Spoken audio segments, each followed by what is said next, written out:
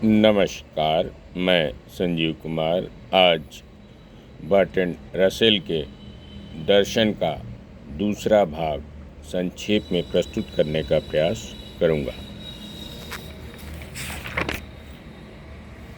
विवरणात्मक ज्ञान साक्षात परिचय से इंद्रिय प्रदत्तों का ज्ञान होता है, उनके द्वारा सूचित होने वाली वस्तु का नहीं। तो भौतिक वस्तुओं तथा अन्य मन का ज्ञान विवरणात्मक ज्ञान है।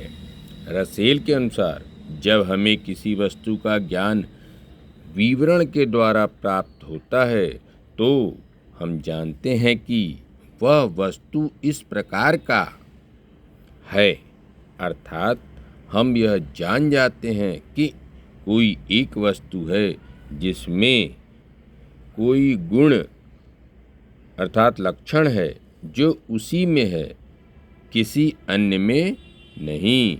जैसे वाक्यांश मेघदूत का रचयिता। इससे ज्ञान मिलता है कि इस विशेष गुण लक्षण को धारण करने वाला कोई एक व्यक्ति अवश्य है। साक्षात परिचय के बावजूद ज्ञान विवरणात्मक हो सकता है।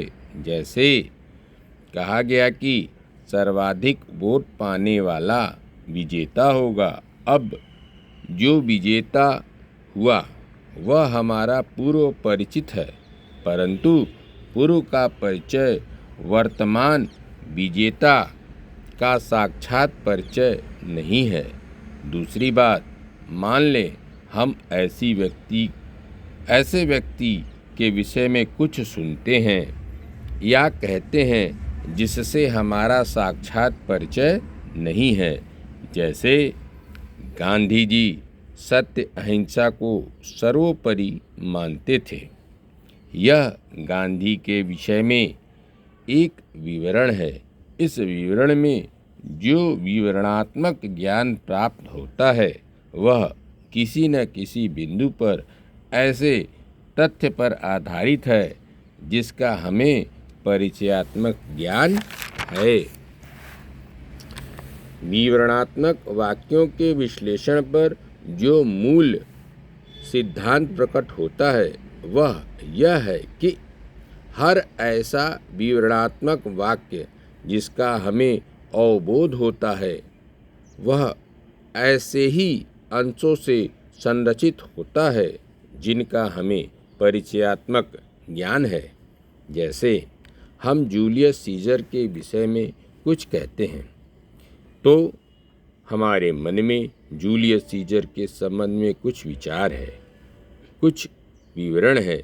हमारा कथन सीजर के विषय में है, किंतु वस्तुतः यह एक विचार का विवरण है। मान लें हमारे मन में यह विचार आया, वह जो मिस्र की रानी के संपर्क में आया था।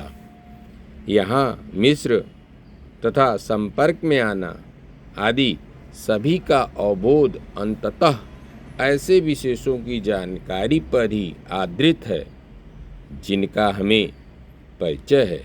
इस प्रकार विवरणात्मक ज्ञान परिचयात्मक ज्ञान पर निर्भर है। तार्किक संरचना। रसेल का लक्ष्य जगत की जानकारी है। जगत संबंधी एक वस्तु तालिका बनानी है। इस तालिका को तैयार करने तथा जगत संबंधी जानकारी की सत्यता तय करने के प्रयत्न में रसेल सरलतम तत्वों की खोज करते हैं, परंतु हम जिन्हें सामान्यतः ज्ञान समझते हैं वे सदा सरलतम के ज्ञान नहीं हैं। जैसे हम जानते हैं कि यह कलम है तथा यह भौतिक पदार्थ है, परंतु कलम का साक्षात परिचय नहीं होता तो यह किस प्रकार का ज्ञान है, और यदि ज्ञान है तो इसकी अंतिम सत्यता का आधार क्या है। अतः रसेल का तार्किक खोज दो पथगामी प्रक्रिया है।